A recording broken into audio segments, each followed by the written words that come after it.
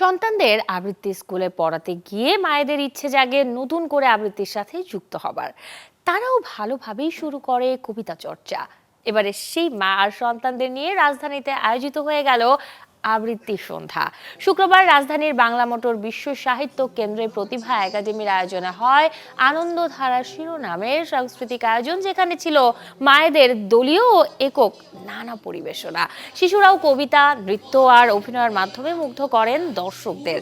দীর্ঘদিন ধরে শিশুদের মানসিক বিকাশের পাশাপাশি শুদ্ধ বাংলা চর্চায় উৎসাহী করছে প্রতিভা একাডেমি। তারই ধারাবাহিকতায় এমন উদ্যোগ নেওয়া হয়েছে বলে জানান প্রতিষ্ঠানের পরিচালক মাহনুর জাবিন শারমিন।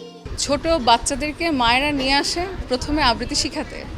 তাদের শেখানোর ধরন, তাদের কথা বলার ধরনে এমনও হয়েছে যে কিছু বাচ্চা অনেক সময় মায়ের উচ্চারণেও ভুল ধরে, তুমি এটা ঠিক বলছো না, এটা এইভাবে উচ্চারণ হবে না।